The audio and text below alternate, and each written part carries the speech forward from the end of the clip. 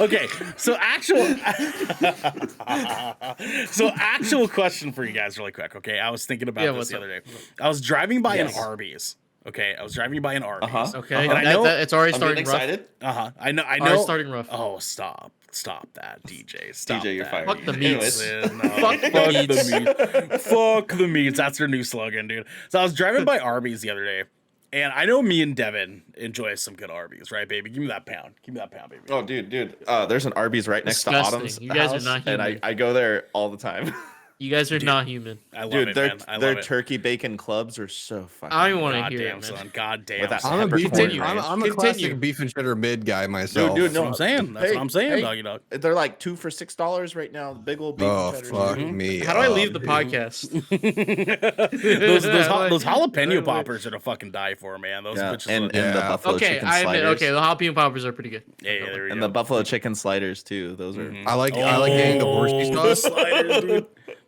I like getting the horsey sauce for the fries, dude. Yeah. Oh yeah. You gotta mix the horsey sauce with the Arby's sauce for your fries, though. But the I want fucking Arby's now. I know, God damn it, God fucking damn it. I think You know the what? closest Arby's is like 2 hours away from here. Screw So this. you three fucks are keeping Arby's in business. Yeah. Just you three. Fuck you guys. No, man. did you not see their marketing team? Fucking genius. That's what kept them in business. That saved them when they started doing all the Final Fantasy Yeah, it content. was good, but and that Kingdom didn't make Hearts me want to content. go to. I know what Arby's even, is. Even and I would not the go to commercial, Arby's. the commercial when Fuck they were Arby's. presenting their the new Euro. Mhm. Oh, it's Why would you want actually a good. I Euro tried from it. Arby's. Euro. Here's the deal, though. You haven't lived until you've eaten ass in an Arby's, okay? You haven't lived until you've had that. Hey, anyone want to volunteer? Me, baby. Let's go. Let's go.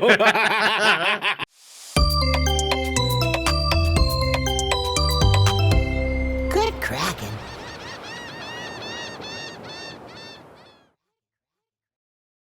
What's cracking, everybody, and welcome to episode 50 of the not the Good Crowd, the Shipwreck Show. I am one of your resident captains tonight, Ernell Pearson, alongside the 5-swipe man, the 5-star man, Devin Stanford. What's happening, baby? Hey, I got my stars back. Look I at know we gotta bring that back out. We got At least stars once, back, guys. once Look more at this year. You that. know what I'm saying? Just once more this year. I know there is an official 5-star man, but that's okay. That's all right. You know what I'm saying? Me first. He's got 32,000 followers, man. You're not gonna be that. It depends who's older. If I'm older, then I'm the first one. You know what? That's 100% fair. I'll take it. I'll allow it. You know what I'm saying? I'll allow it. Gone in chat. Look who it is. What's happening, Gone? Dude, Gone gifted 5 subs last night during the God of War stream. It was fucking lit. Oh, Gone, our fucking boy, bro. Our fucking Gone is very not boo-boo. gone. Gone is here. Gone is here at all times, dude. I'm so excited for it. Devin, how's your week going, man? It's going, you know. I got some things in the works, some cool things happening. There's some things I'm doing over the next couple of months that will be shown off around the new year that I'm pretty excited about, that if you guys like music, y'all should be pretty excited about. But no, I'm officially on the payroll at a local venue in Portland that's really prominent and pretty much all of our favorite bands play at. So now I get to work with bands and stuff, and that's really cool. And not that I need the money, but it's just cool to work in the music scene outside of just playing now. So I like that. That sounds like trash, Devin. We also Shut up. You like boys like girls. I do like boys like girls, dude. That's a fucking good band. That's true. The Great Escape had all of us, dude. That song had all of us, man. No, come on. That one had us for a little bit, dude. You know what I'm saying? No, I know. Like at the time, I skated along the fringe of potentially metrosexual, but that song was just too much for me. You're telling me you never sang along to that chorus? Throw it away. I sang along to it ironically. That's what I fucking thought. Ironically. Oh, come on, get out of here. You know what I mean? You know what I'm saying? What a fool. What a fool. Speaking of fools, we also have the man, the myth, the legend himself. We have, ladies and gentlemen, he's fucking here. DJ Simple! Jeez, What's happening, baby? You're How gonna you let doing, this man? boy like girls like an ass call you a fool? It's okay. I mean, I do jest. I do jest. So. Oh, could- you yeah. do just DJ. I How's your jest. week going, doggy dog? I be jesting. Dude, I had like a headache coming on like an hour ago, and it's gone. I mean, it took meds, but it's gone. So I'm here. I'm present. He did crack. He did crack cocaine. That's what. Yeah. That's what he did. Mm-hmm. He's Yeah, buzzing. Of course, He's buzzing that's here right now. honestly, it's the best medication. For those who don't know, crack cocaine is actually the trail mix that we make and sell here at And it's crack with the K. K- and cocaine with the A. K-R- not to be AK. confused with the actual illegal crack cocaine. It is a trail mix. It's a play on the Wait, name. there's 3 Ks in crack cocaine, bro. 4 actually. 4. Yeah, there's Got 4. that We second. jumped right over the racist part and we went straight into Yeah. not racist anymore. We Yeah. we spelled a little bit. Anymore? Yeah, because the three Ks is gone. How about the Ks how are about gone, racist right? never? I mean, like, yeah, that's the point. Sometimes you don't start off You with said humble anymore. beginnings. No. Well, yeah, because the Which- 3 which Ks has a would have been. pretense And so meaning when you of spell it has out, been. right? When you spell it No, out, because right? So there's K. We reformed. R, We A, reformed. K O. We were like sweating like Leonardo DiCaprio in Shutter Island, right? Yeah. Like we Hey, like good movie. Good movie. you know what I'm saying? I just sprinkled water all over my faces to make that happen. So you guys don't say that I don't make it happen, okay? Con in chat says you need 6Ks so you can be double racist. Ugh. Oh no. No, We we don't have can't that. be racist squared. That's just not how it's gonna work. What do There's they call only that? one white guy over here right now. What do they call that? We're the Ku Klux Klan. Like we're the Ku Klux Klan Ku Clan. The Cuckoo Clan. Gross, dude. Oh my Fucking- god. I can't Fine, wait for welcome to somebody to cult snip that dyslexia. and just put that on Twitter. They're just gonna snip you saying that one sentence, Yep. not even finished. Yeah. You And did this to gonna look, yourself. they're gonna look at our brown ass faces and say, "Wow, those are Yeah. 4 I don't think I can say- I racists don't think in we the can say that. KKK." I don't think Listen, we Checks at out. best, they'll Checks probably out. say, "Hey, let Dave Chappelle do those jokes." Okay. Oh, he'll do some jokes, all right. He'll do some jokes. Oh boy. Speaking You of mutter doing the some joke. jokes, though, we also have my little Tide Peanut. It's Xander. What's happening, baby? Oh, hey, what's up? Hi.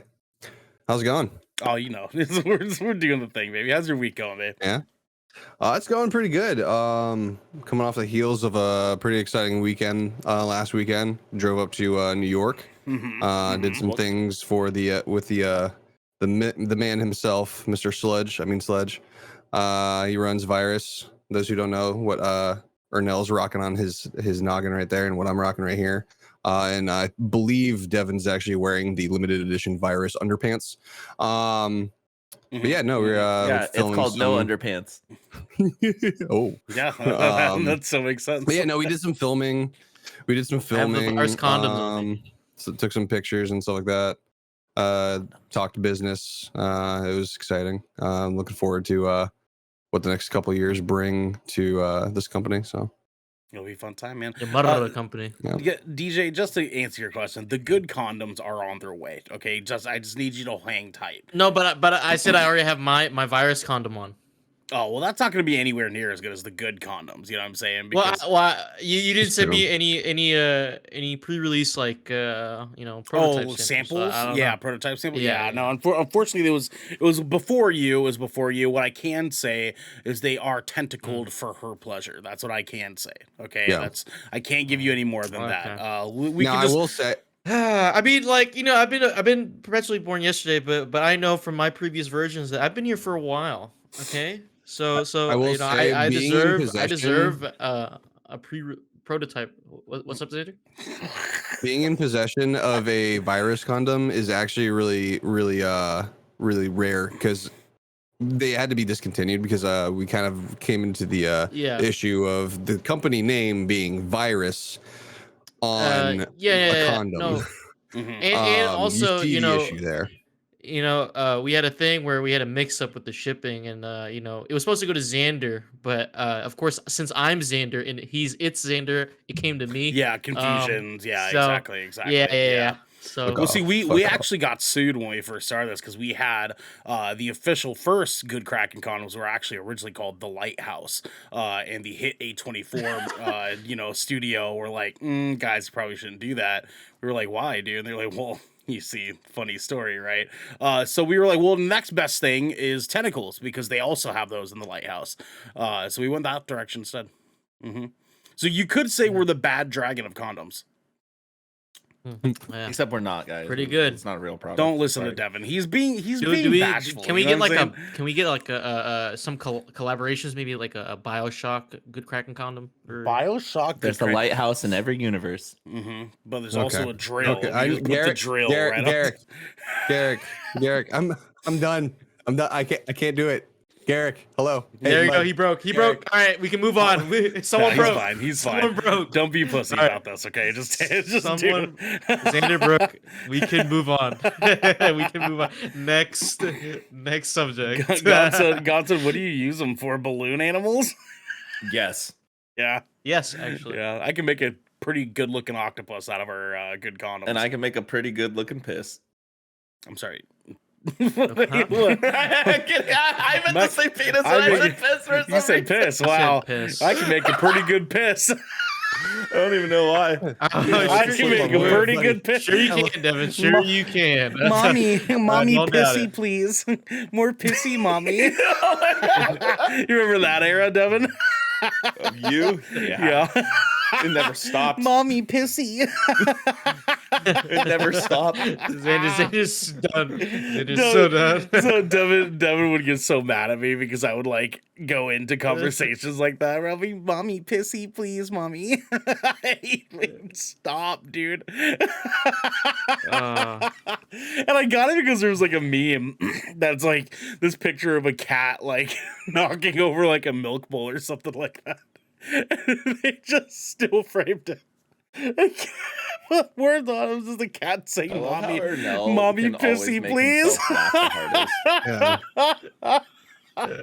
Y'all ever notice that? Ernell makes himself laugh the hardest.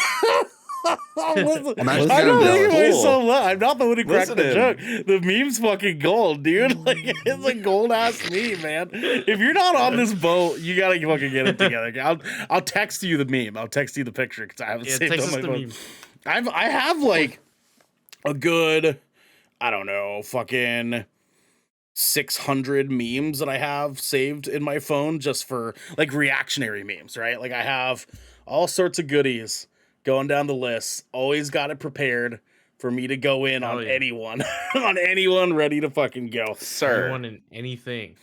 I keep that motherfucking thing on me. You know what I'm saying? What's up, Devin? Just sir. Listen, if I'm texting one of you guys, I gotta be prepared for anything, especially in our Crack Boys chat. Like our Crack Boys chat gets a little bit fucking weird sometimes, right? Which we need to get DJ in there because like you know what's stupid is you can only only have 10 have people. 10 people in a message group thread. Really? So I feel like we just need to make another server. Did we hit 10 already? Did we hit 10 already? Yeah. We did. Yeah. Who's all in here? So 10 members. Who do we not need in here? Everybody's important. Everybody's important. Yeah. I vote we kick Devin. What's happening right now? We're talking about the Crack Boys chat. The person who doesn't even participate anymore is Josh, and he made it. Actually, Chase doesn't even participate anymore. No, he doesn't. But I would feel bad for kicking him. You know what I'm saying? I'd feel bad for kicking him. See, that's why I'm saying. You guys don't have to kick anyone. I'm just shaking. Did we ask you? Did we ask you? You know what I'm saying? You actually did with your mind. You actually subconsciously okay. asked. All right. Yeah. I see you.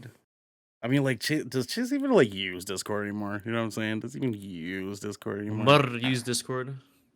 That's fair. Chase, I love you. I'm not doing it. I'm not gonna do it. I don't like picking favorites. Like I would much rather make a Crack Boys the second than I would like kicking any of these fine gentlemen out. You know what I mean? You know what I He's mean? making Crack servers. Boys, the second I- place. What about Logan? I know Logan like never uses Crack Boys. He uses it. He uses it. Okay, all right. What about Larry? He's dog shit, dude. Like, Larry is dog shit, but no, we're just Just gonna. leave it. Why do we have to? Yeah, why do we we're have not to kick kicking anyone? What? anybody. We're I not know. kicking It's anybody. a classic chat. What about Garrick? We can just No. I got Classic this. shit. I got What the this, fuck? guys. I What got is this. this? I got this. Okay. I What kind got of this. chat is this? I got this. Chat. Man. What is happening? What happened between me answering the door and now? Why are we doing this? I'm just saying Discord You- should have you a fucking don't figure need- out. Nobody needs only 10 people in a group chat. You know what I'm saying? Did they just say like, oh, if you have more than 10 people, you just make a Discord channel? Like that's stupid, right? Like that's dumb, right? No. What? You make a I love he was not another listening. Crack Boys? You made another No, Crack it's- Boys? It's an actual like server that I just made. Oh my god, we don't need this, Devin. You're gonna piss Logan off because when you I don't guys care. when Yeah, you that's true. when you I don't guys care. made the Crack Boys Instagram thing, he was like, dude, no. Like, we don't need another one. He was so upset. Like, even more. We already have too many goddamn channels already. That's what I'm saying, man. That's what I'm saying. We can't do it. We can't do it. We can't do it. Did you see the picture I made for it? Yeah, I fucking hate you. I hate you so much. For anyone that for audio listeners, actually it's not even on the screen, but for anyone at home, I have a NFT that someone made of me when I got into a Facebook argument with them. I basically told him he was a fucking idiot, and he was like, "Yeah, well, let me make an NFT for you." And I was like, you that really not how that know happened? you now. I was like, okay, like he was doing something, dude. Like he was just giving me the Can I be ponage, honest? right? I still like don't understand NFTs. They're just fucking images on the internet. That's the entire point. That is the entire Still don't entire understand Well, it. actually, And that's all you really need to NFT know. stands for non-fungible token, and so basically, they take an image, right, and they attach this token to it. Now, you can trade this image for your cryptocurrency of choice on this marketplace, and the price is evaluated by those suckers who actually buy into it, and then you know, uh, buy low, sell high mentality comes in, and when Bitcoin goes down, every other fucking crypto shit goes down, and then everyone loses. But except for the people who made the NFT, because they didn't, they literally copy paste other people's artwork, and they sell it. This is the Shipwreck Show, where once a week, every week, four of the Brethren Court gather together to discuss anything and everything the Seven Seas has thrown our way. If you're on this wave, you can head on over to our Discord channel where you can submit questions and topics to the show. You can get exclusive show content, and you potentially have early access to episodes before they go live on podcasts and video services. But you can also support us by following or subscribing to Good Kraken right here at twitch.tv/Good Kraken Show, or by subscribing to our YouTube channel by clicking the link in our bio right down there. Right down there. In order to get updates when new episodes go live everywhere. Guys, the link in the bio It's down there. is right I down think it's here. down there. It's right down. Right down there, yeah. It's right down. Down, It's down down, there, down, down. Not that far down, actually. Down. Cardboard King with a gifted sub to Anxious. Thank you, baby boy. We love you. Thank and to you. Havoc. And Oh, another Cardboard one. King's going off for a second, dude. We love you, dude. Hey. We love you so much, man. We love you so much. Thank you. We appreciate you. Devin! We have some captain's orders, my friends. Guys, you can watch my gameplay of God of War Ragnarok, the first hour and a half of it, right now on youtube.com/Show. Cardboard, one. dude. You don't have to Don't do it. continue. You can't do this, The dog. Cardboard King will not be dethroned. God damn, Let's he go. really went in because of Oh. Gone, bro. We love you guys so much. We love you guys so much. Please go check out that gameplay. It is a wild hour and a half. Holy wild. fucking shit. If you guys have plans to play God of War Ragnarok, you need to fucking play it as soon as possible. That first hour and a half is some of those lit ass shit I could have possibly asked for. Go fucking play it. If you can't play it yet, go watch the goddamn video. Go do it. Go do it. I have a question. Yes. How much more did you play it last night after the stream? Another hour. Another hour. Yeah. Why didn't you just stream it? Yep. No. Yeah. Other things to do between streaming and continuing to play more, like eat dinner. Like know what I mean? shitting. Like pooping. Man's Because gotta shit. I manage my poops like an adult. You know what I'm saying? Hey, I was still here on time. We had Manage your pre-show shit. You were late, actually. You were 15 minutes late. You are all the time for a Shipwreck show. For GK. For GK, no, for I am. Shipwreck too. No, there's tons of times you'll get here at like 5, no. like 6, like 52, 6:53, 6:56. That's yeah. Don't forget to join us on December 8th, 2022 at 4:30 p.m. for our live reactions to the 2022 Game Awards. It's going to be me. It's going to be Devin. It's going to be Garrick. It's going to be DJ. And it's motherfucking Xander. We're going to be here doing live reactions for the Game Awards just like we do every goddamn year. And I think we agreed we're going to do the Jeff Keighley. We're going to do the Jeff Keighley. Xander, do you have a blazer? You need to get a blazer. Yes, of course he does. Of course he has a fucking blazer. He's the man of the military. Of course, blazer. Blazer jacket. You gotta I mean, get that did you blazer see jacket. the wedding photos? What's- That's not what my wedding wedding. photos? Watch Devin come in The like wed- a the wedding- Portland the weddings that I Blazers went to this year. jersey. Like, I brought my blazer. Hey, did you see those new the freaking Trailblazer jerseys though? They're pretty fire. They're pretty fire. Yeah, they are. Yeah, I kind of really want one. Like they're pretty, Yeah, I pretty think I lit. might make a custom one for myself. He's gonna say, "Bitch." I was gonna say Brevin. I just wish they were better. The team. Blazers? What the The team. I fuck? wish- They're like consistently a championship team. What are you talking What? about? Oh, no. They're Let me correct you. consistently in They're the playoffs, dog. Like in the playoffs, and They're not a and championship team. Their first round bounce every year. they make And it to the second round. yeah, like in the past, like twice in the past, like 4 years, because Damian Lillard hits like an incredible shot. Love Damian Lillard, my God, but he needs to get out of there. Y'all need to rebuild. Y'all need to rebuild. Hey, that's It's okay. time. We'll get there. We'll get into the days of Sabonis being there. Like we will get Tank- there one day. But Tank and get Victor Wembanyama, dude. gone. You They're guys the gotta worst tank. good team.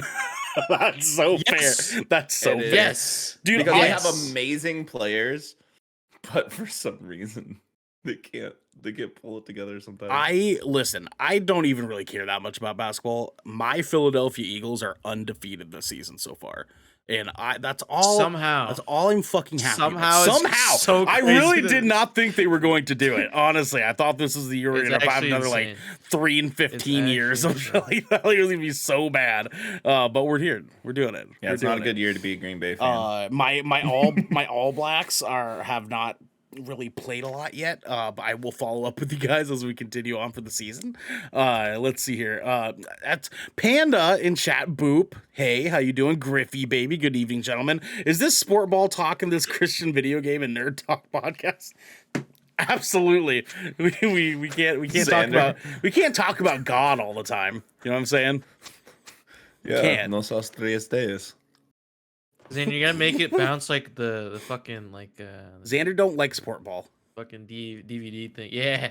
Xander doesn't like sport ball. Yeah, is he gonna hit the corner? Oh no.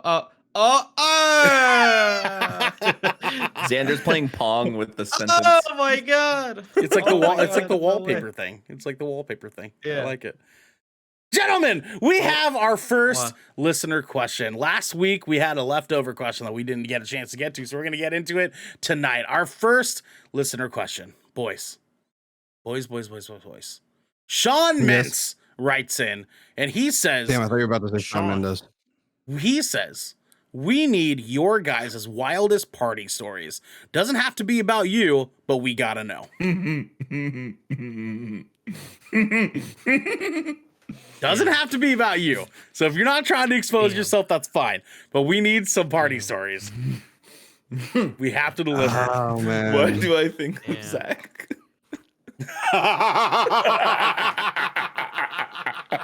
Oh yeah. Basically, any of the wild party stories I have would probably be about Brinkmeyer. That's Oh man, I have so many.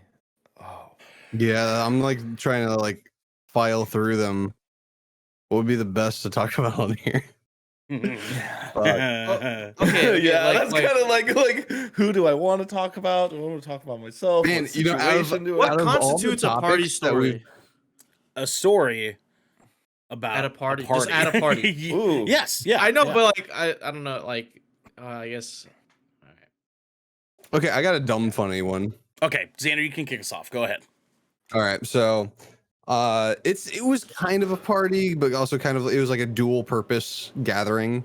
So basically I was meeting up with a bunch of friends I'll that allow were in the multimedia course at my high school. And they were working on like their final project, which was they're going to make a short film and submit it to the county film festival. And so we showed up at our Bunch of friend's fucking house. nerds. We film everything, and then you know what? All right, we got everything done. Let's hang out for a bit, and we're like hanging out, having pizza, whatever. And then it's like super late, and we're all getting ready to leave. And all of a sudden, one of the girls, it was winter, by the way. There was snow on the ground. But one of the girls had slipped into a ditch. And so we ended up like, trying to help her. Like this was like midnight too. Like, so we're like trying to see if we could pull it out somehow. Ended up having to talk to my our friend's dad and like have some sort of shit figured out. And we ended up staying there until like 3 a.m. Jesus Christ, man. Jesus Christ, dude. That's rough. Yeah, dumb funny. I like it. Devin, you're scratching your noggin over there. No, I'm still thinking. It's like filtering through like. See, my thing is, I know if there's anyone here who's gonna be able to like play up to mine, it's gonna be you. So I need you to think of a good one, okay? Because I can't be the only one here with just over the top ridiculous party stories. While I'm thinking about some ridiculous shit, I think about some really cool, fun party shit. We Above the Broken played like a house party out in Colt, Washington, of all places. It was like an hour north of us, and we didn't tell anybody, but we were doing all covers, the whole set. We didn't tell anybody we were going to do that. We opened the show playing "Mr. Highway" by A Day to Remember. I like it. And like the second everybody realized what was going on, the whole house was like broken. That's pretty lit, dude. That's pretty lit. It was so sick. It was so sick. And we played like Engine 45 and like Smokeahanas and like a bunch of other stuff. Good it was songs. really fun. Good songs. Oh damn. Yeah. Songs. I miss Smokeahanas. But oh my gosh. But wild party stories. Do you want us to go to DJ and then come back to you? Yeah, I've been to like lingerie parties. I've been to like parties at venues and clubs. One time I went to it was like an emo night party at this bar that's not around anymore that was called Lovecraft. And Ronnie Radke was there from Falling in Reverse. I'm sorry. With his I know, no, dude, it was so funny because this was like like the whole like hardcore scene would go to this one, Yeah, no, I remember. And so it was just like everybody from the hardcore. So it was like people like, yeah. Anyways, and Ronnie Radke was trying to act like he was so fucking cool, of course, Yeah. And he was trying to like introduce himself to people, and everybody's like, we don't fucking care who you are, dude. You suck. Like everybody was just like, dude, you fucking suck. Such a trash boat human being. DJ, just to like, because we know you're not in this music scene, right? You're not into the metalcore like world or at all. Ronnie Radke is a fucking asshole. He's a fucking asshole. Sounds like an asshole. He literally went to jail because he got in a fight with somebody and they died during the fight. Yeah. What the fuck? Yeah. No, what? And he's like the kind of dude that like throws microphone stands at people during shows at children, like kids who are fans of his band. Bro, like, what the fuck? Fuck this guy. Anyways, long story short, he was about to get his ass kicked, so he ran to the back of the club, and he tried to open a door and it was locked. So he punched through the window. What the fuck? Open the door. Fuck? And the best part, I mean, it's honestly, it's like terrible because he, did property damage. But the best part is he did it to a door that just opened to another part of the venue. So he wasn't even getting outside. Fucking dipshit. Fucking stupid idiot. They're Long lighting him story up in short- chat though. They're lighting Oh, Ronnie yeah, up dude. in chat, dude. Yeah, he sucks. He does suck. And he pretty much got like chased out of the venue, and yeah, so Good for them. that Good for was them. a fun one. Yeah, fuck that guy. Yeah, Fuck Yeah, that guy, no. dude. yeah. When I was on tour and we played I Matter Fest, at the end of the night, me, a couple guys from my band, and a few other people from other bands, let's just say we, after the show, everybody had leftover alcohol from their tours that they've been doing. So we all like partied, and then we started talking about who the fastest runner is, because like a lot of us ended up doing track when we were in high school. So we all stripped down to our underwear and went barefoot, and we ran across the field at like 2 a.m. to see who the fastest runner was. Like down 100, like it was like probably like 50 yards there and back, so 100 yards total. I'm sorry. That was pretty fun. Oh, Jesus Christ. it was like August. It was like the beginning of August. It was hot as shit. So Sure. I got you. All right, DJ, it's your turn, baby boy. You got a wild party, sir, my man? Okay. Can't think of any because I've been to like 4 in All right. a lifetime. Nothing popped off at any of those 4? No, but Man. when this question got asked, I thought of something that someone else told me, but I don't. I'm questioning telling it, and when that happens, like I'm fighting with myself, like, oh, should I say You it? want- But, you like, wanna Why hesitate? am I questioning? Would it Yeah. help to leave out names? I will leave out names. I still don't know if it's like it's like it's a shipwreck show, but I don't know. Let's Okay, let's I'ma let's do tell na- it. let's do names, right? How many people do we have? Okay, this is regarding one person, One person. Okay, boy or girl? but like girl. Let's call her Susie. Her name's Susie for the rest of the story. Okay, all right. So Susie. Okay, and stop me whenever it's like too much for like whatever we're doing. Here. No, it's not as bad as I'm making it up to be. It's not as bad as I'm making it up to be. I'm just like Okay. I don't know. Okay. All right. I don't like Sure. talking about it. Sure. Okay, so for context, I met up with this person I knew from my high school. I found his stream and we're talking about one of my exes, which we will be naming Susie. Okay. And I was trying to jog his memory, and he's like, I'm like, yo, Susie, whatever the fuck, right? Right. Susie last name, whatever the fuck, right? And he's like, oh, okay, yeah, Susie, whatever her last name is, right?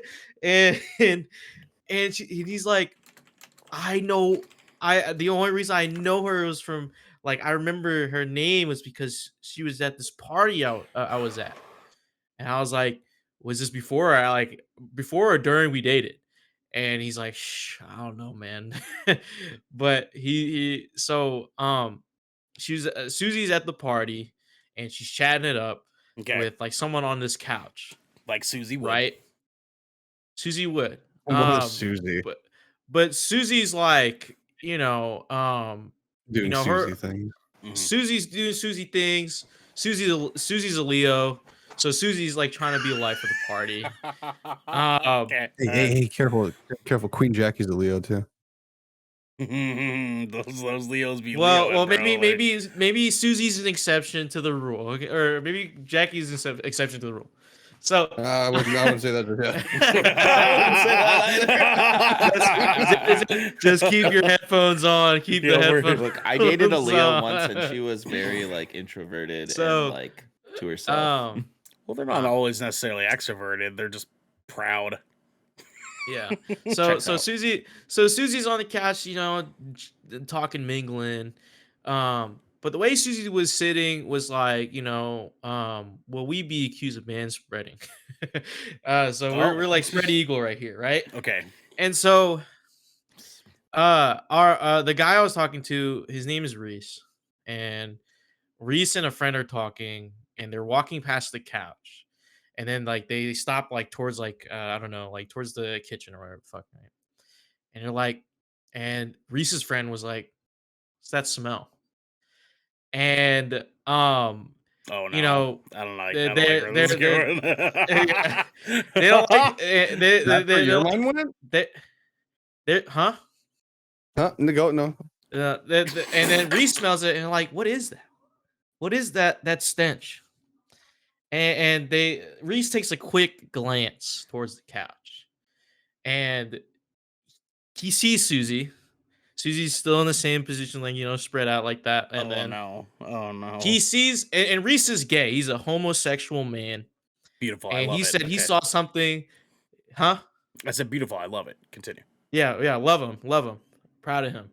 And he sees something that struck him to his core and traumatized him. He saw a little bit of lippage. And he said, I never looked away so fast. Like and Jesus Christ! that's what they track the smell to. Oh no! No! Oh, And Susie! Oh, and Susie! and that's the end of the Reese's story to me and talking to me about it.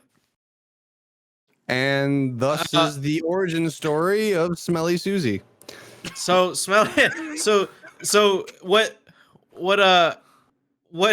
struck to me about it was Susie was my ex that like I did a lot of firsts with. Okay. And including you know going down there. Fellatio. So yes. I thought Fellatio. so I yes, personally yes, thought yes, yes. that's just how it was. But apparently I had a Whoa. very special experience. Oh no. Because I remember vividly me gagging the first time it happened. Oh, So I just thought, maybe I DJ. wasn't used to it, Oh. but I have now been more well experienced, and that is not You- how it's supposed to be. You. That is My man's- not oh, how it's yeah. supposed to be. Oh yeah, baby. You're such a champ. You're such She a saw me champ. gag. She saw me gag Oh too. no. And she's like, I'm like, no. I try to play it off, but Oh, DJ. Oh man. He plays it off. He's like, "Oh no, don't worry. It was just a hair." yeah, I was coughing. Clear my throat. Mhm. Dry. Yeah, totally. Hmm. Yeah. Oh no. Uh, Well, Susie, Yeah. we send our we hope wishes. hope you got that situated, Susie. We send our best Yeah. wishes, Suzanne. I- Gizmo No, got fed for the Suzanne. last time that night. It was crazy. It Yeah. was- Yeah. never Oh, ate again. Never ate never past again. midnight again. You know, Never again. That's why you can't feed it past midnight anymore. No. Traumatized thoroughly. Griff, you must be Literally. stopped, dog. I'm not even gonna repeat that live. Panda, okay, hi, I'm here, Sarah. What's up, Panda? What's happening? What's happening? And So I have a variety of wild party stories because I used to be a pretty proactive party guy. Not Yeah. very proud of that. Yeah, not a very gold moment of my fucking dad life. of the It was- century. You Yeah, a partier. I know. I have a good amount. we had some fun. I listen. I mean, it was even before my band guy days. I partied a lot in high school. It was good. Yeah. Anyways, Football player. the first quick one I want to go by is we used to have a guy who was notorious in the Portland party scene. And this gentleman was very humbly dubbed Dirty Tony. Okay. And Dirty Tony was called Dirty Tony because he would do very gross things at parties Dirty Tony! just to do just to do I know, Tony! gross things. I heard about Dirty Tony far beyond the time that I ever actually got to meet Dirty Tony. And my very first in-person encounter with Dirty Tony is what I'm going to start with here tonight. So Panda says my aunt is going through it, so I'm 7 shots in with her, so she can feel like a bad bee. Okay, Panda, I see you. Which is perfectly fitted for this conversation because we're talking about our wildest party stories right now. So my first encounter with Dirty Tony was at a house party, and this dude. They had like expired taco shells at the place, and like someone was trying to make tacos for everybody, but the taco shells that they had on hand were not good anymore. And he was like, I'll take them anyways, right? And he did it. And they were trying to like get him to do another Dirty Tony thing, right? Which means like do something fucking gross. And he was like, bet, I got this. He stuck his finger in his mouth, puked in the taco shell, and then ate the taco. And I was like, I'm leaving. I am officially gone. I am out of here. I'm never coming back to this place. I'm never partying with you fuckers again. I'm not doing this. I'm not doing this. So I was out. I was fucking out. I never partied with that crew again, man. Like that was the one and only time I needed a Dirty Tony story, okay? But something far less gross, okay? And I may or may not have mentioned. I believe. Oh, Jesus Christ. Another one that I have more stories. Cardboard I King, have more stories, by the way. I have more stories. For sure. I got one more. Mine are going to be a little bit more fast beat because I don't have like a big, build up to, because a lot of these things just kind of like happened, right? I've probably 3 that are going to be worth deeming mentionable. Okay. So the second one I had, how do I I just caught a bug. We'll go with this one first, right? So the gentleman me and Devin were mentioning earlier, right? Name rhymes with Dak and last name rhymes with Ink Fire. Was pretty notorious in our like band party world for doing just bonkers shit.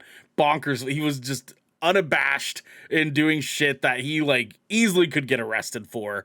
Not like serious shit. Like he wasn't going around like doing fucked up stuff, but he was like as punk gets in modern day times. Like he just did not give a shit about anything. Okay. And this one party specifically was a house party that me and my band were having. He was the drummer in the band. And we were having a Halloween party. And we had a bunch of friends that were there hanging out in our 3-bedroom apartment that was probably too small for us to be having a little like house get together at. But like half the party was like sitting in our living room playing Halo. The other half was like eating food in the kitchen. We were like playing cards on the table in there. Another group of people were like making out in the bathrooms and shit like that. It was wild. It was a wild little kickback.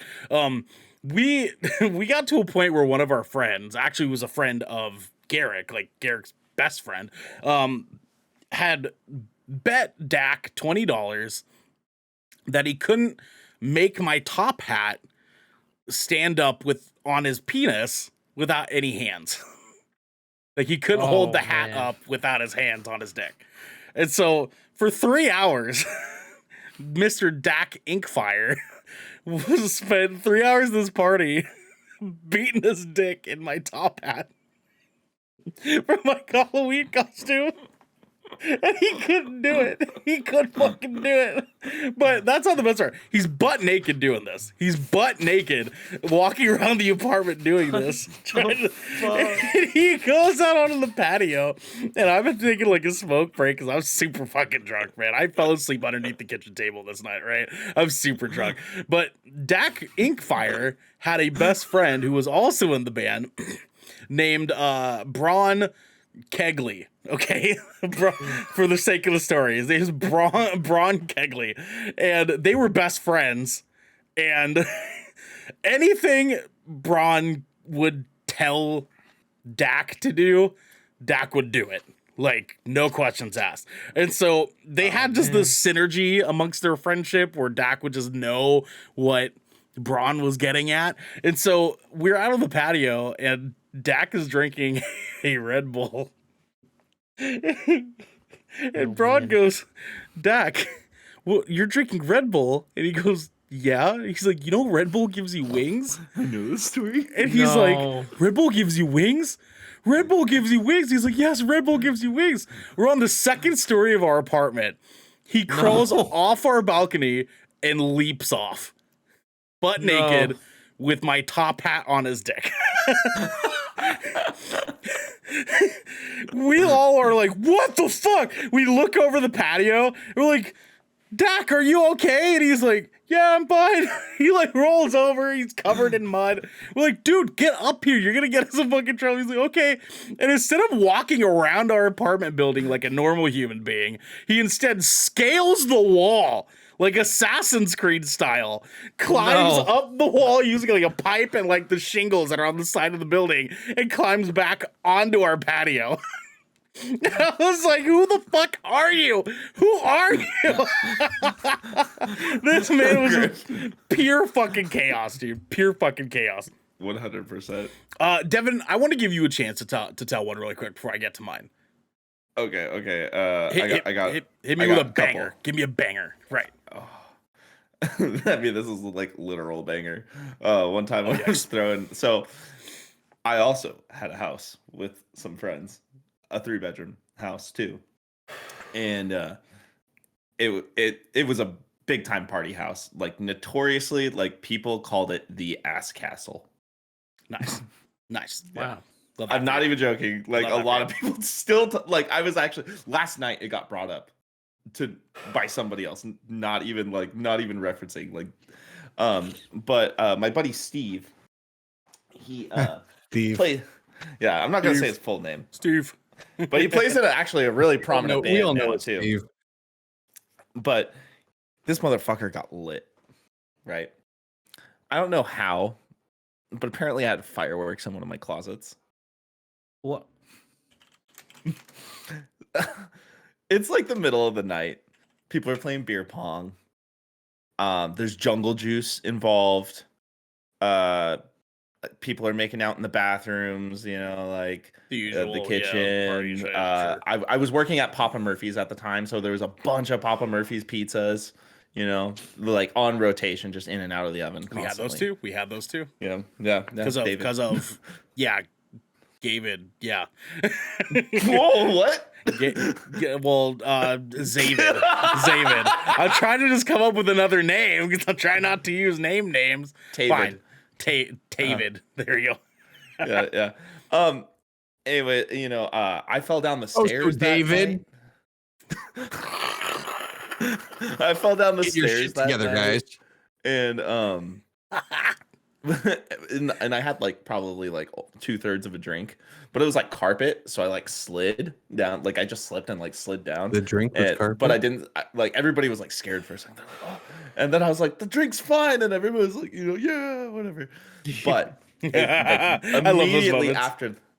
immediately after that happened, a bunch of Piccolo Pete's started going off around my house, and it was fucking Steve's drunk ass, and he's just like walking through the house, and everybody's like, what the fuck is going on? Jesus Christ, dude. Jesus Christ, man. And then a fucking firecracker went off in my shower. Oh, I'm sorry. Yes. Yes. quick, It's Xander. hi. Go ahead. Yes. One question from a person who is deprived of a childhood. What is a Piccolo Pete? So it's those fireworks that stand up and they have like little flat bases, and that you light them, and when they go off, they scream. Yeah. They're also the like those things. like, yeah. whee, like a really loud whistle. Yeah. Okay. And they're also the reason why I would buy so many of them is because you could make like explosive like fireworks with them, and like if you crush it and open it up, you can take all the powder out of it. And what I would do is I'd take a 2-liter bottle. And I just... We're not talking about that. Okay, No, that's definitely against TOS. Devin just got on a watch list. That's all I needed. I'm on a few. Pearson? We got him. But yeah, so that happened, and miraculously the cops were not called. Wow. And I think it's because we had a townhouse, and we only shared a wall with with one neighbor, and it got to the point where he would call the cops in the middle of the day for like guitar being played, like an acoustic guitar. So like I think it got to the point where people were just like didn't want to deal with him, and I think they told him like if he called again he would have got fined. So we took advantage of that and we started throwing house shows at the house. Sure. Good call. So I think the wildest one I have is going to be about my friend, one of my best friends in high school that I will be doubly naming Greg. Let's just name him Greg, right? Just it doesn't sound anything like his actual name, but his name's Greg. Okay, so there's a 2-night series that happened. Real name Greg. Greg tells me, hey, the owner of my work is having a huge house party and wanted to see if I could come out, and he let me have a +1. I was like, oh, cool. It's like a work party, right? Not a huge deal, whatever. Well, he failed to mention to me is that the owner of his work is this like multi-millionaire who's like more than definitely on cocaine, right? Like most definitely on some sort of fucking drugs, okay? Because we get to this house party and it's at a mansion on like the East Hills of Portland, like super bougie fucking houses, right? And we get there and there's women like topless walking around casually. There's like dudes in like suit and ties and button-up shirts and super nice fits and stuff. It's one of those like bougie ass parties where they're handing out like caviar on crackers, but there's like definitely people doing not like legal things there, right? Dane got super trashed. He's gotta be one of those people. Sounds like my kind of party. Oh wait, shit! I said his name. Greg got super trashed. You're not good at this. No, I'm not, because listen, Rewind it. It's not even gonna matter anymore. You know what I'm saying? Greg got super trashed, and then the next day we had, lo and behold, me and my ex-girlfriend from high school held a Halloween party, in which it got entirely too wild too fast because Dayton was already. Greg Dayton was already his name's Dayton, okay? Dayton was already like kind of feeling it from the night before, right? And the reason this isn't gonna matter here in a second is because he got actually kind of popular for this night because he was known as Pissy Dayton for a while. You know, the reason he was known as Pissy Dayton is because he got super trashed at this Halloween party, right? And I mean super trash. Like our like star linebacker for our football team brought his like hot girlfriend, and Dayton sat next to her and was like, I love your Halloween costume. And she's wearing this like skin tight like Halloween police outfit. Bruh. And he like when he said it, he was like, I love your Halloween costume. I looked straight at her boobies. and Mike, our linebacker, was like, dude. And I was like, Dayton, get away from there. Like growl, like tell him to go fucking somewhere else. He was trashed enough that he like went and sat in like my ex-girlfriend's like little sister's like Dora the Explorer chair. He sat in it too hard and like the leg snapped and he smacked his head on like the bookshelf that was next to it and everything came falling on top of him. This kid was a fucking mess, dude. He was a fucking mess for 2 days in a row. Like, I had to be his caretaker. So anyways, he's super drunk. We go to put him to bed. I, like, made up a little, like, bed thing on the floor next to, like, me and, like, my girlfriend at the time's, like, bed that we were going to be sleeping on. I made a little, like, nice little tidy blanket rolly up there. I did, like, 4 blankets, like, 2 pillows to be extra comfy, right? Because I'm that kind of friend at parties. I wake up the next morning at, like, 6 in the fucking morning, way too early for post party. I wake up, I look down on the floor, and he's gone. I was like, where the fuck is my boy? Right? And I was waking up, I remember. Where's my boy? Oh, I just remembered. I was trying to wake up earlier because he had a Halo multiplayer tournament that he was supposed to be doing at Lloyd Center that day. And Devin knows where Lloyd Center is. It's kind of a sketchy ass mall. But it was also like way far away from Gresham, which is where party was at. So he had to wake up a little bit earlier so he could get there in time so that he could win this fucking tournament because my boy was fucking good at Halo. It was like criminal. But he was good at sitting in seats though. He was good at a lot of things, like embarrassing himself. I wake up, he's gone. I go into the living room and half the people in the living room are awake. But I see them pointing their phones, like all on their phones simultaneously, right? Which usually at the time, or even in modern days, you're just thinking, oh, they're all on their social media apps, right? Well, back then we didn't have social media apps. So I just thought everybody was texting or whatever, until I realized that everybody's pointing their phone in the same direction. And I turn, and my friend who's laying on the floor, cracking up, I turn and see what he was cracking up at. And Dayton is there, laying on the wall, butt naked, actively peeing on the wall. Also meaning he was actively peeing on himself. And Dayton got everyone filming him peeing on himself while butt naked laying on the floor. And this kid unfortunately went down in history being as known as Pissy Dayton. Because No, man. now here's the deal. He owned it though. He owned the shit out of it. He was like, yeah, I'm that guy. I'm the one in that fucking video, dude. He thought it was the coolest shit on the fucking planet because he's a weirdly ADHD ass fucking kid and he wanted to be known for something, dude. So like, fuck it, man. He just owned the shit out of it, and I'm so proud of him for doing that. But yeah, that probably was my wildest one that I can say live on stream, because there's some other ones I'm not too proud of. Yeah, which is why I'm sure me and Dev are like, let's hold back on that one. I got some stories, but I'll tell people it's very super bad Pineapple Express-esque shit. Yeah. Yeah, very much so. Very, very Jay and Silent Bob these days. Anyways, guys, we're not going to tell you guys about our crazy stories, but we are going to tell you a little bit about our listener questions. But before we get to our listener questions, remind everyone that they can support us over on our Discord channel, where they can get early access to this episode before it goes public. They can write on the show, and they can get episodes and content ad-free here pretty soon. But if they're hearing this, you're probably on our Discord. So for now, here's a word from our sponsors. This piece of good Kraken content is brought to you by Glide mousepads. The world is changing, and the demand for PC gaming and work from home setups has never been as wild as it is right now. Having the best of the best in PC accessories only makes it easier to get your work done before you jump right back into the fray of the digital sea. And Glide knows exactly how to make that happen for you.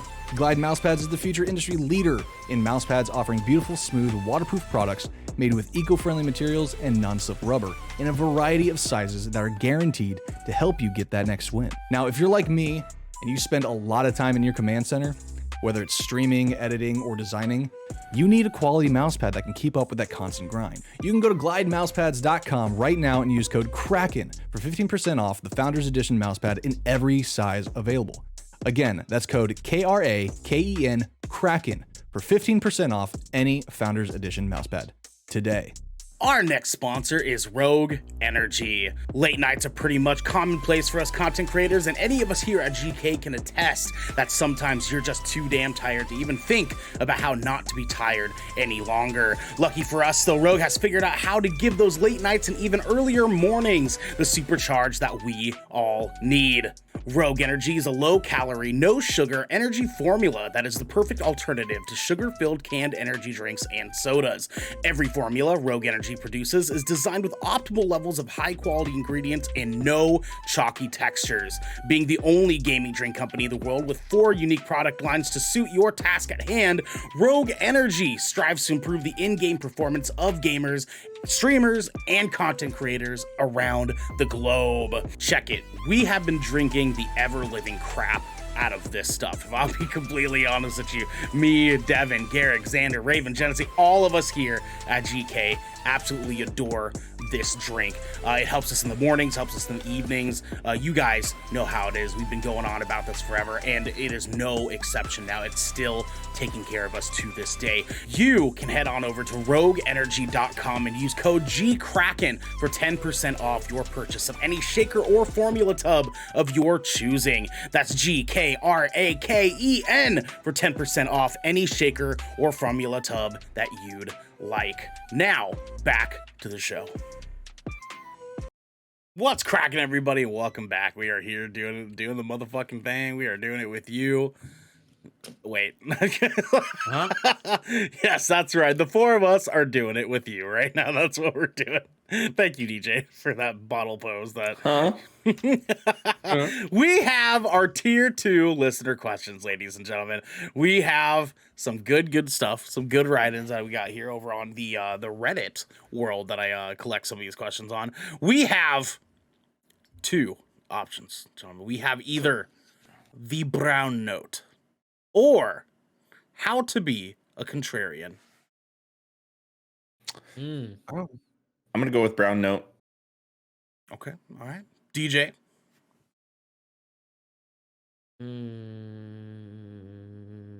Brown note.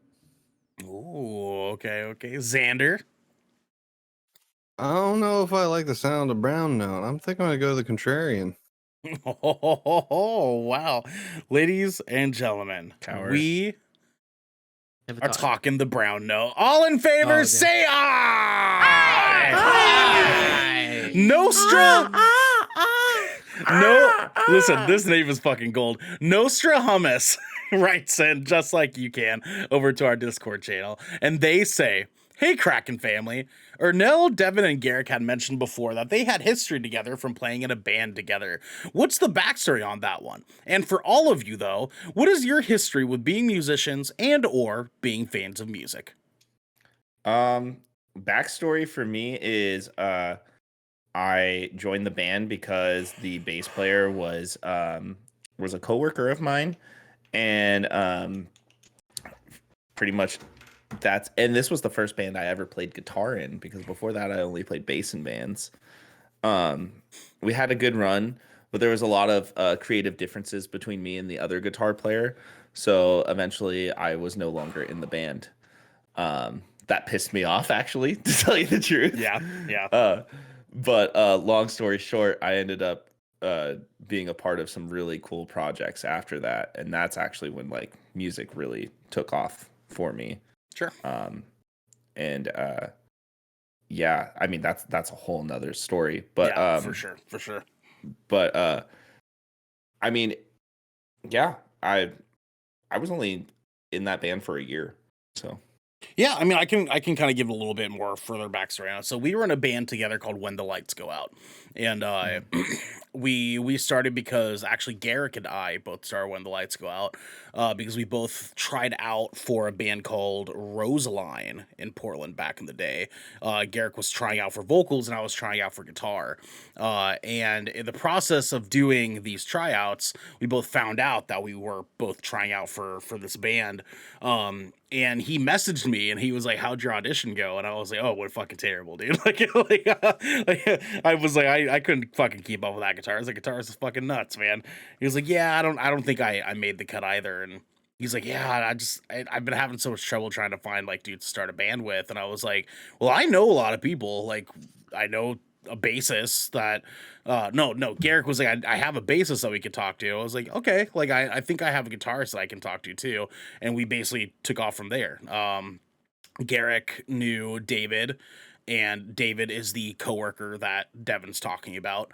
And when we met up with David, David was like, well, I have a guitarist that I can bring into this too, because he's a guy that I work with and he's great. And we're like, okay, cool, bring him in. And so we brought him in. We met up with actually the two gentlemen I was talking about earlier from the party, Braun and Dak. Actually met up originally with only Braun.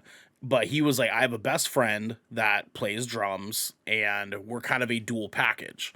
And I was like, that's lit, because we actually need a drummer. And he was like, bet. And we were like, bet. We got together, and the rest was history. We actually played one festival show and one show at the Hawthorne together with all of us as a group. That turned We played out. Brinks too. Oh, we did play Brinks together. That's right. Yeah. Yeah, and as Devin was saying, yeah, he had some creative differences with Braun, and Garrick had some creative differences with actually kind of the rest of us. I think Garrick was wanting something a little bit differently than what the rest of the guys were wanting, and as the person that was managing the band, I was kind of left responsible to have to be the one to butt in the middle of all of it. So Devin, I love you. I'm sorry I was the asshole that had to do it. But Oh no, it's fine. It fueled me, and I did some cool shit, so I'm not even mad about it. my man. But after Devin had left, we actually filled those spots with some great people, and then some other people left, and we eventually ended the band with only me and David being the original members of When the Lights Go Out, we actually got pretty popular in the Portland music scene here. We were selling like 150 tickets per show for pre-sales alone.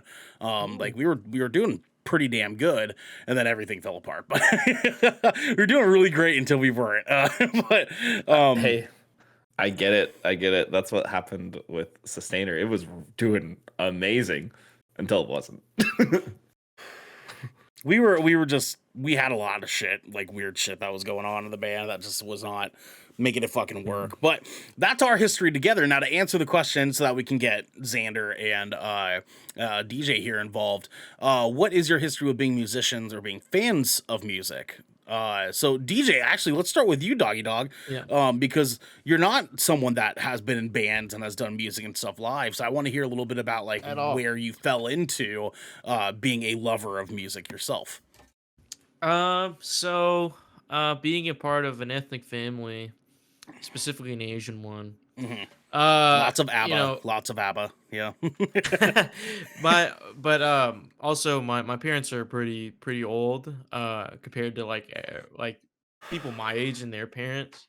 So my dad and mom are obsessed with like older music, 70s, 80s, even sometimes even 60s music. So and at the time I think like in Vietnam like they love like covering like classics or like putting their own spin on it, and they have their own like, and there's also like songs of their own style that they perform like on a stage and stuff all the time. And so they play that over the speakers like every weekend.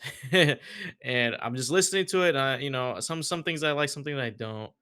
Um, but you know, I didn't really fall like in love with music until like I was like 10, because like you know I didn't really like I didn't know exactly like how to have like my own to listen to. You know what I mean? Sure.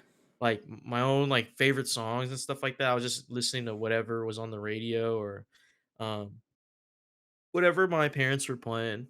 And then you know this is when like the internet stuff starts like growing. You know, like I'm growing up with how the internet's like evolving, right? So now we're getting like music streaming services and stuff like that. Like Yeah. fucking God, Pandora. Fuck, I was using Pandora radio for like a hot minute. Goddamn. Before I knew anything about Spotify or anything like that. And then like also YouTube, finding songs through fucking uh anime AMVs, fucking Wizard 101 free crown tutorials, you know. Yeah, greatest Like, anime betrayals. That's how I found out about that's how I found out about Fallout Boy actually. Like that, I found that through a Wizard 101 Wait, video. like which Fallout Boy though? Oh like my Sugar God. Going Down Swinging or like It was Thanks for the Memories. I love okay, that song. okay. I'll accept it. I'll Yeah. accept it. Yeah.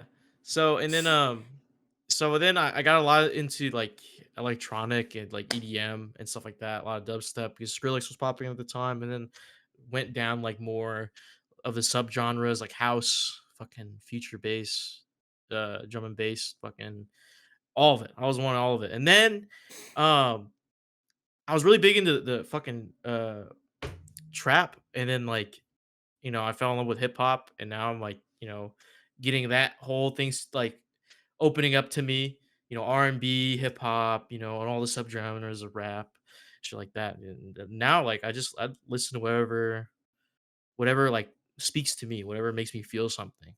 It could be any Okay. genre. Okay. I like Yeah. it, dude. I like it, man. Xander, Hell let's yeah. go to you, my friend. What got you started into liking music, or what got you started into playing music? Honestly, some of my earliest memories of like enjoying music and like wanting to pursue music was actually, I want to say, the Thai restaurant that my mom worked at the time.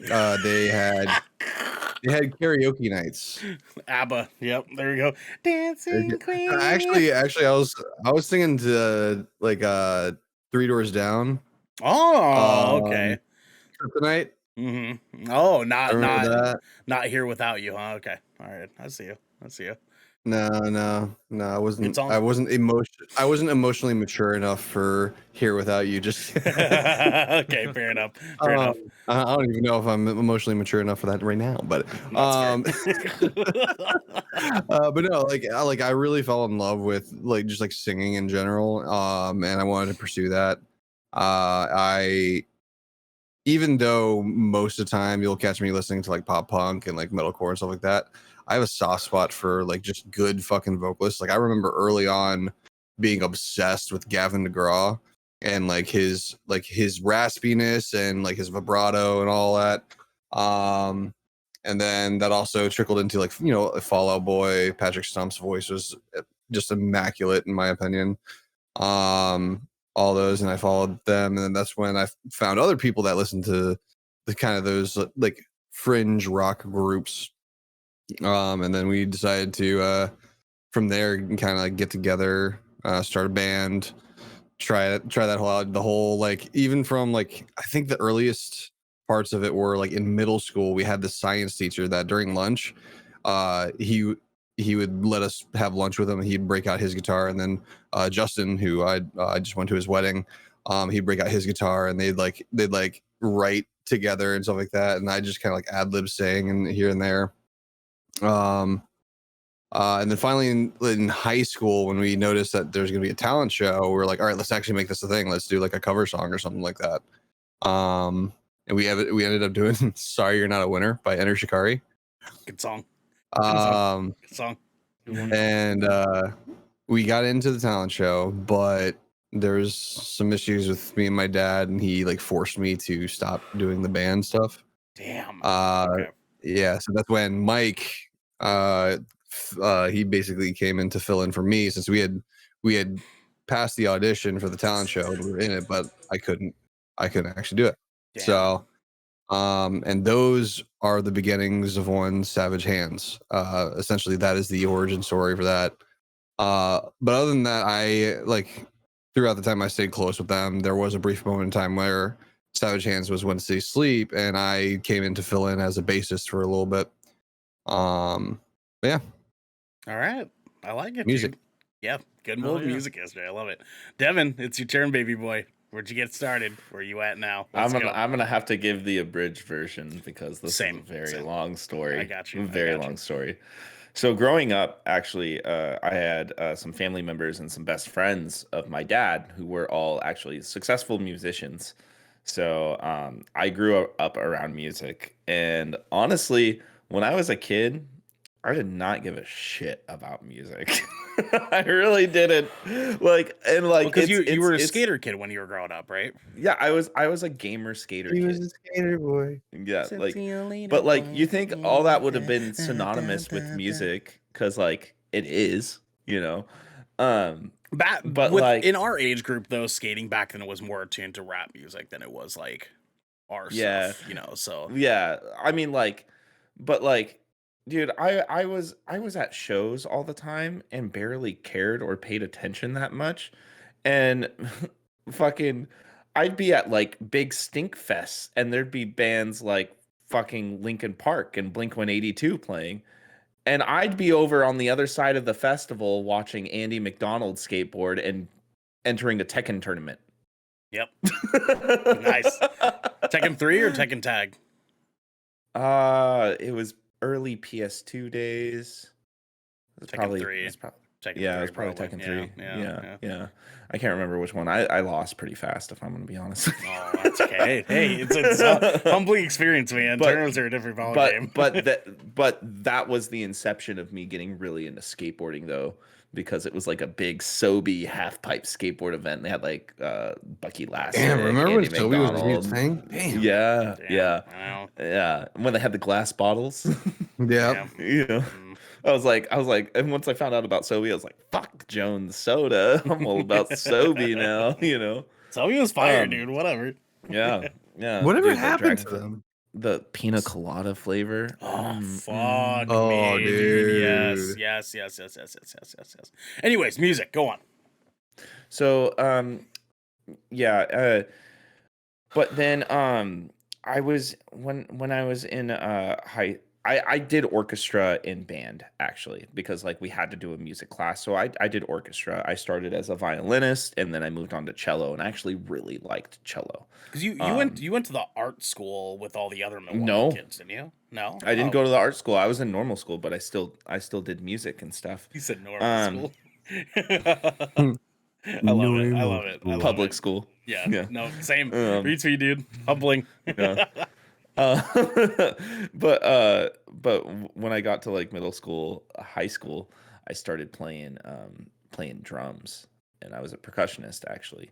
But I was a snare player actually. I had a lot of fun playing snare. I can play snare all day. I got my paradiddles, like I got all that shit. You know, I got my rim shots. Like, you know, what's all up? right. Do love me a good You know? rim shot? Yep. What's up, baby? Retweet. Retweet, baby. Let's go. Since I had my background in orchestra, the band teacher put me on xylophone and piano. So I ended up playing xylophone and piano and stuff. Okay. And I like xylophone because I was like, yeah, I'm hitting shit. You know? Yeah, fuck yeah. Doing paradiddles on your xylophone. I'm like sitting there, I'm like, bless me.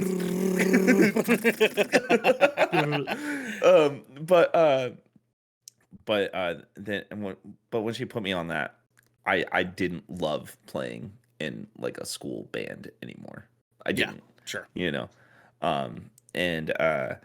And then I actually quit through like my first like trimester in high school. And then I ended up not doing music for like that whole year essentially.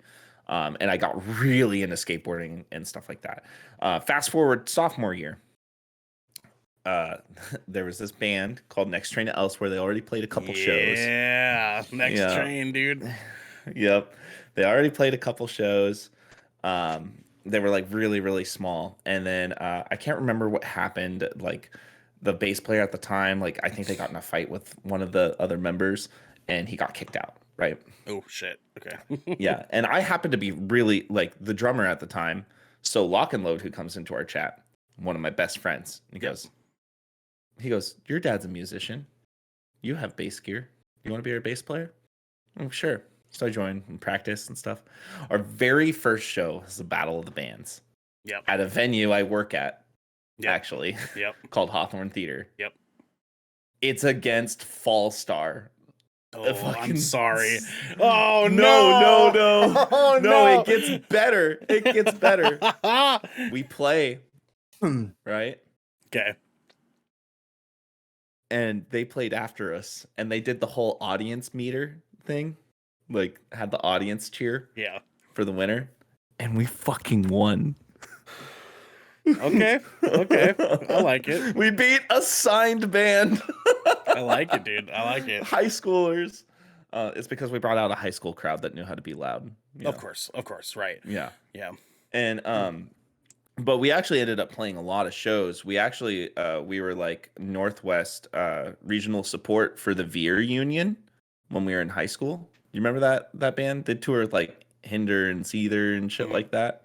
Yeah, so we were their direct support when they were doing headlining stuff here. And we played a lot of cool shows and did that. But then one day I went to a hardcore show. Yeah. That same year. And I was introduced to the Ghost Inside and Misery Signals and Bring Me the Horizon. I'm sorry. I'm kidding. And then I met friends there that I've been friends with since I was in high school that I'm friends with to this day. And then I met a guy. Was this Count Your Blessings era? Bring Me the Horizon. This was Suicide Season. Suicide Season for sure. Yeah. Suicide. You know, I got a secret. It's on the tip of my tongue. Anyways, did you see Bring Me when they were doing the when they were actually doing the Count Your Blessings run when they went through Satyricon? Yeah. Yeah, that was a show, dude. That was a show. That venue ended up being my home venue, Satyricon, when I was in high school. I played. That was. But let me get to that part. Actually, I met this guy named Eric, who knows very well. And Eric now produces my band's music. He mixes and masters our music. Good friend of mine. He was playing. He's Leroy in our Discord. He plays Call of Duty with us. And but someone told him that I played bass, and then he's like, "Oh, I need a bass player." And I ended up joining this band called A Crew. My very first show with them was with this band called Recon and this band called For Today and A Plea for Purging and Broadcast the Nightmare. Plea for purging, dude. My world was shook, dude. During Recon's set, I was like, burn this city to the ground. Okay. But then For Today played and they started preaching, and I was like, haha, fuck this shit. But here's the thing. I said that right, and I turned around and went to leave, and some straight edge motherfucking asshole socked me right in the face. Nice, dude. Nice. My first show with them. The power of Christ compels you. That was the first time I was ever knocked out. That was the first time I was ever knocked out. I was like, it was only for like a second, but I was like, oh, what happened? You know? Yeah. Good for you. But he wakes up by the grace of God. But like this era though for me was so cool, like doing this band, because I played with so many like really cool bands back then that like people adore and like idolize now. Like I played with the Ghost Inside like 6 times in this band. Played with like For the Fallen Dreams, Chelsea Grin, Within the Ruins, fucking the list goes on, right? We played with a notorious hardcore band that isn't even allowed to play shows in the US anymore called First Blood. Very nice. Very nice. Yeah, they only do European tours now. Just out of curiosity, did you ever play a show with Broken Side? No, that was not his scene. That was not his scene. Okay. That was closer to When the Lights Go Out, but that was that was not a Crew scene for sure. Dude, we played a show with Let Live one time, and we headlined so over them. So good. Oh and, my and, God, they're so and like, good. Back then, this band, we were like all juniors, seniors, and our vocalist just graduated. So like we were all like younger, but we were actually like the prominent high school hardcore band in Portland. And so like people knew about it. We had songs out and shit. And right before we played, Jason from Let Live said some shit. He was being fucking shady.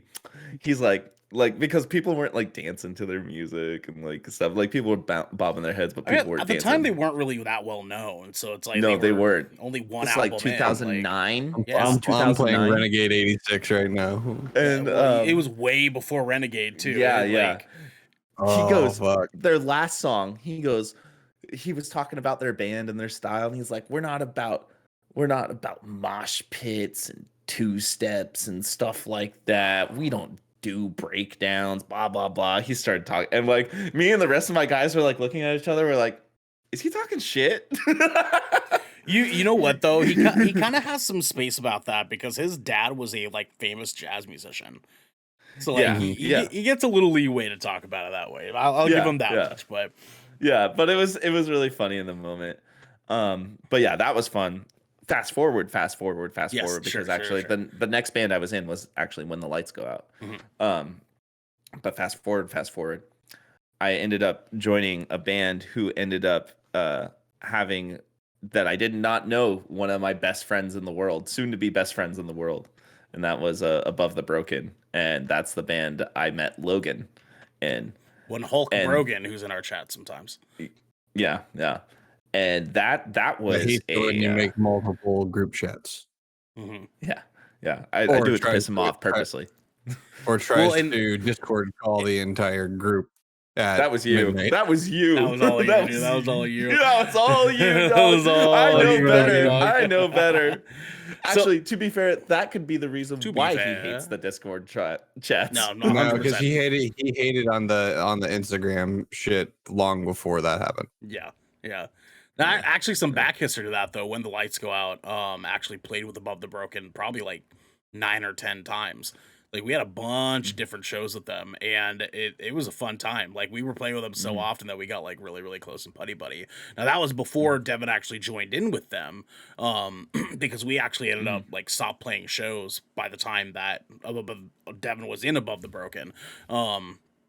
But goddamn, what a band, dude! Like, Yeah, I joined Above the Broken, and we did some cool shit, and it was really cool. That was like the first time I was in a band where it felt like there was like those actual like extremely dedicated like fans, you know. yeah, And still to this day, like when I was on tour playing in Trove, I met my buddy Carl, who's actually going to be here tomorrow night. He plays bass for Great American Ghost now. Um, which one of the guitar players I found out is a guitar player from Norma Jean, so I kind of fangirled a little bit, even though I've played with that band before a few times. You know, Norma Jean, like, man. Norma Jean's legendary, dude. I've been listening to them since I was a freaking sophomore. Yeah. But So fast forward. What do we got after Above the Broken? after Above the Broken, so Above the Broken broke up because we had a couple members who were not doing jack shit for the band, and Logan and I wanted it to be a big thing. And I was telling these guys, I'm like, hey, I know some people within the industry that could really do something for us, because we could do something if we want to. We have the presence, we have the ability. And they just didn't believe me. So I ended up starting a band with people from Rise Records bands Yeah. in spite of that. And that band ended up being called Sustainer. And dude, those first few years of that band, it just took off. We were playing shows with Acacia Strain, Counterparts, and stuff like that.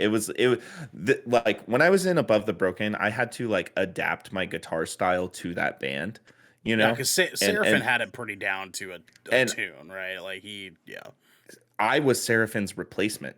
Right. But there was a predetermined sound that you were gonna have to like replace, right? So exactly, not easy. I bought the same kind of guitar he had, but a different one, a different model. Yeah. He had the Hellraiser Elite. I bought the C1 Elite, so that way they were similar tones. Like I made sure like we had similar amps too, and all that stuff, because I wanted to be that sound with them. I that's when I became a gearhead. I really learned how my way around a guitar and how to shape sound. But then I started Sustainer, and the cool thing about it, there were songs that I wrote that we were thinking about using for Above the Broken, but they were almost like out of the style. So I leaned more into that and started this band when I was only 23. And we played with the Ghost Inside right before they got in their bus accident, which was like really tragic. Nicest dudes. They were such sweethearts to us at that show too. And like I said, I already had like a connection with those dudes before, because I played with them a bunch in old bands too, including Above the Broken. But that experience was so cool. It was so surreal. I was having like Tom from Stray from the Path came up to me and like congratulated me on things, which was like my heart, because like that's one of my favorite guitar players within that scene. Him and like Jordan Buckley from Every Time I Die and stuff like that. And a lot of heartbreak came from that band though at the end. Yeah. Which was tragic, because lost out on some opportunities there. But you can ask Ernell. I never give up. I always want to play music and always do play music. And Never give up. Never surrender.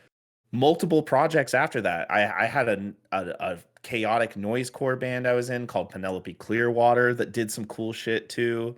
I got to play with Winds of Plague in that band of all bands. On that 2008 shit. Yeah, and it was for the Decimate the Week 10-year anniversary tour too. Good album. Good album. Fucking did that, and then during that band, it was another case of just people not wanting to commit and actually do the thing, you know. So that band broke up too that way, and I started a project that I was super passionate about called Banishment, which it never got to pop off the way it did, because we actually spent over a year writing this EP, but it was COVID. COVID screwed the ability for that band to do anything. You know, during that time, we all like moved on to other projects, or didn't want to play, or some people didn't even want to play music anymore. because they felt like they didn't need it anymore because they had 2 years of no music. And then, but I also got a phone call one day when I was walking my dog while I was writing this record. The other guitar player in the band, he also played in Trove, and he goes, "Hey, I've been sitting here trying to think about a bassist for this band, and everybody lives in Portland but me." And he's like, "You're a fucking ripper, dude. Like, do you want to tour?" And I was like, "Yes." So that's how I joined that band, and met a lot of cool people because of it. But sadly, Trove is the last band I played a show in, and the last show I ever played was actually I Matter in New York. Yeah, even when I was in Banishment, didn't get the opportunity to play shows because we were booking stuff, and then COVID happened and everything got canceled. I joined a band after, like, during COVID called Grudge Match. We never played shows because of COVID, but we did music videos and stuff. That was really fun. Had a good time with that, but I was playing bass and my heart wasn't in it all the way. Sure. And then now I have some music projects that have not been announced yet that I'm actually really excited about. No, I see you. One's a hardcore band. And I can say, like, its main influences and sound are bands like Misery Signals and Converge and Every Time I Die. And the other band's more of a sad boy pop punk band in the vein of, like, Stories So Far and Movements and stuff like that, but with a female vocalist. Balance and Composure. Actually, no. Balance and Composure is a lot more sad. Stick to your guns. You mean Citizen? No, there could be argued there's, like, some youth style. You're not supposed to take this seriously.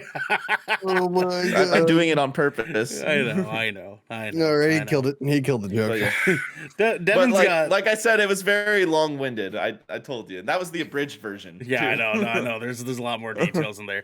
So my musical history actually starts out very similar to DJ's, actually, where I actually start out my musical life around whatever my mom, a 70s immigrant, was listening to at the time, which was ABBA, which was the Dirty Dancing soundtrack, which was Cher and Celine Dion. And I never really branched out of that until I hit about 10, 11 years old, where me and my brother used to be very avid WWF at the time, wrestling fans. And some of the soundtracks that they would put out for theme music for these wrestlers was actually some shit that popped the fuck off back then, because they had all sorts of shit between, like, Disturbed and Metallica and like classic metal bands that were, you know, starting to come out at that time. And we had both bought one of the wrestling soundtracks that came out, and we front to back that shit all the goddamn time. He bought the Disturbed Believe album and then didn't like it, so he gave it to me, and I fell in love with it. And from that point forward, like, my mix sound was Disturbed and Limp Bizkit and, like, all these bands that were just basically like wrestling theme songs. But one day I went to Best Buy with my mom, and I saw the album artwork for one hit album, Hybrid Theory by Linkin Park. And I thought it was the coolest shit ever, because at the time I was, like, super into graffiti art. And that album had graffiti art on the front of the album. And I was like, ooh, this looks really cool. And I begged my mom to let me buy it. And she said, you can buy it, but you're doing fucking dishes all week. And so for like a week straight, I had to do fucking chores around the house to earn my way to it. But I had, I'd gotten that CD. I had this little boom box that was in my room that my mom got for like $20 at like a Radio Shack or some shit like that. And I fell in love with this fucking album. Every single song on Linkin Park's Hybrid Theory was like my awakening into the musical world that I like exist in now. Because that was Meteora for me. Well, so the funny thing is I actually caught Hybrid Theory when Meteora was in rotation. So I actually got into Linkin Park super late into their existence. So when I saw that, I remember the next time we went to Best Buy, I saw the Meteora album and was like, oh shit, I have to do chores for I'm another gonna do week. dishes I'm gonna do dishes for another week, bro. So I begged my mom to get that one. She got that one. And when she started to notice that I was getting a lot of CDs, I eventually asked for a Walkman player, a little CD Walkman, and some yeah. headphones to go with it for my birthday. And she made me do chores for a month for a birthday present. Fuck you, mom. Damn. The most Asian immigrant ass mother thing to fucking do. But anyways, True.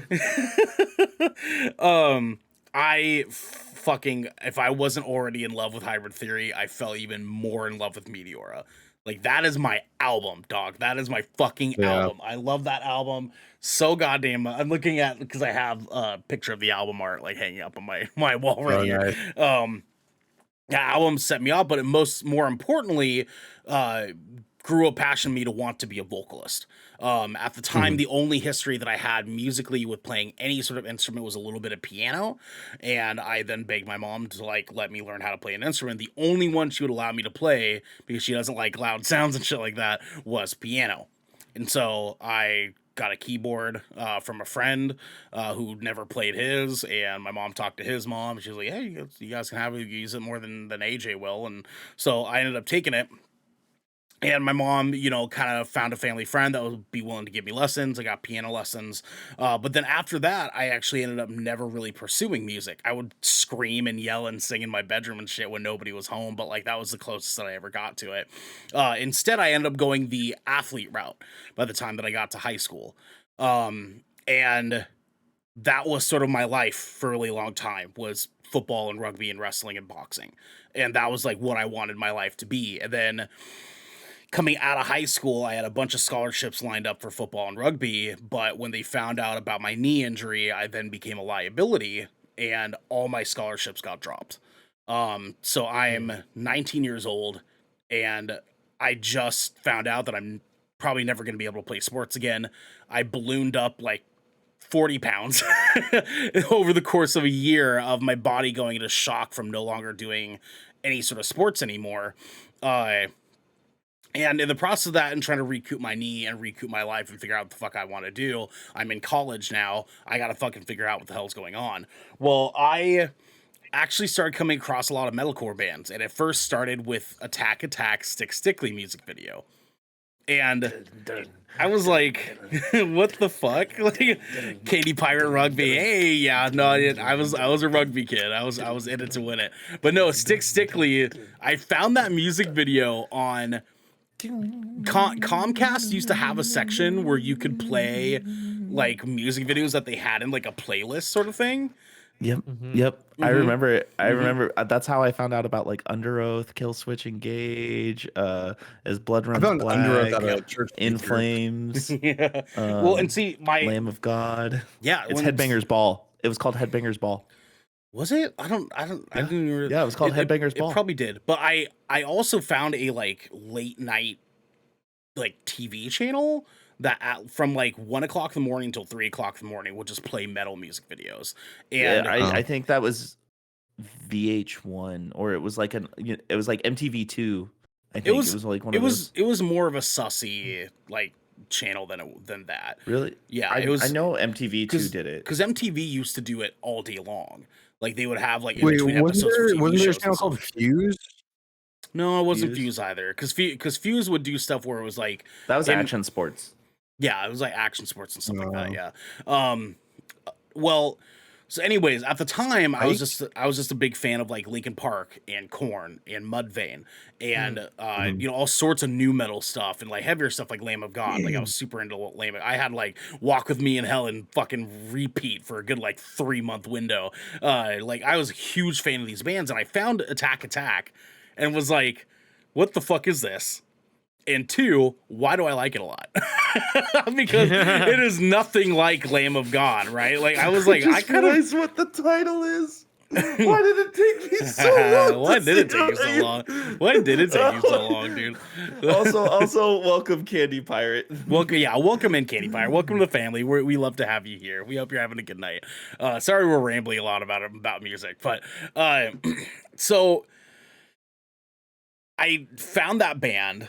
My friend Pissy Dayton also found that band at the same time that I found that band. And we were both like, dude, like, let's fucking chase it, right? We were like, fuck it, let's go. We love this shit. Let's make this shit, right? He got a MIDI keyboard, a K-oscillator, and like a couple other instruments. I bought a microphone and a guitar. I bought a keyboard. Like, I bought a bunch of different shit because at the time I actually like was working, so I was able to fucking do that. And I got a guitar, and this guitar was just a shitty like Fender copy that I had bought for like $150. And that was the one that I was like, oh shit, like this is the one that I want to do, right? And I was playing guitar every single day for like 5 hours a day for like all 3 of my first years of college. Like every day. If I was shitting, I was playing guitar. If I was eating dinner, I was playing guitar. At school, for college stuff, I would have to go to Sylvania, which is like way further away from my house than any of the other campuses around. And I would be playing in between classes. I'd be playing during class. Like, I was playing all the goddamn time until my fingers were so fucked up and calloused by the end of the day. Devin knows what I'm talking about. I was playing all the goddamn time. Candy, thank you. I'm loving this stream. Finally attractive guys on Twitch. Oh, Candy. Oh, we love you so much. Thank you, We Candy. love you so much. So much. Welcome, man. We love you. I was playing all the goddamn time. And at the time, too, I was trying to teach myself guitar because I didn't have anybody give me, like, music lessons on guitar stuff. So I jumped in. I was learning Killswitch songs. I was learning Lamb of God songs. I was learning super complex shit that was probably not where I needed to be going because I was skipping over a ton of basics that I was just not interested in taking in. And then my stepdad, John, he's the English guy that lives with my mom. Technically was my stepdad for a while. He actually used to be a blues musician in England for a really long time, and he had like 6 or 7 different like blues guitar books that he just gave me. He's like, here, pick up the basics. And I was like, shit, okay, cool. So I took that on. In the process of doing that, I was finally like, I feel like I'm good enough now to pursue being in a band. So me and Dayton started a band that we called originally Running with Knives. And then that turned into Boom Headshot. And so we made this really dorky, like 6-song EP of just like electronicore bullshit. Right? Like, it was awful. Like, it was fucking terrible. It was like shitty EDM with really even shittier metal guitars over the top of it. Devin, yes.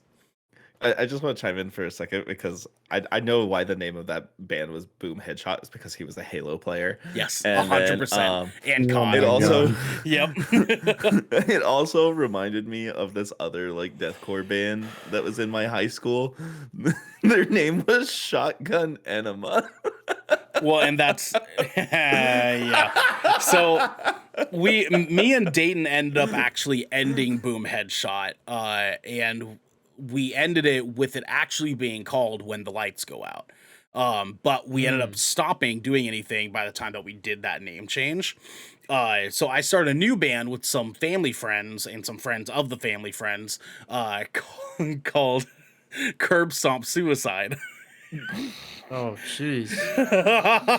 And we were jeez. exactly what you think that sounds like. Oh, We didn't do a whole lot. We probably wrote like 2 songs. We had a couple of like in the covers vein of of it. Dying Fetus. No, it was more. The name didn't quite exactly fit what we were doing. We were on the heavier side of metalcore, leaning into deathcore, right? So like, Okay. imagine Angry August Burns Red. Like, that's kind of like what we were going after. At the time, my vocals were strictly like Dying Fetus, like highs. Like, I was exclusively only doing those while playing guitar, right? Because I was like, yeah, that's all I could fucking pull off at the time. But then I ended up like actually enjoying doing vocals and saying, I'm gonna put down guitar and chase being a front man. And we ended up breaking up Curb Stomp Suicide before it ever became a thing.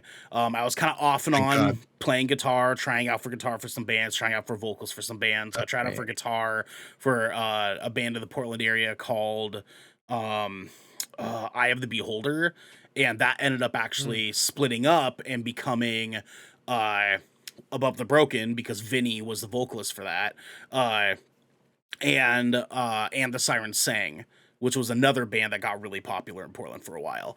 And I ended up saying, like, never mind. Tried it for Rosaline, and that's when I met Garrick. When The Lights Go Out happened, we were together for a good few years.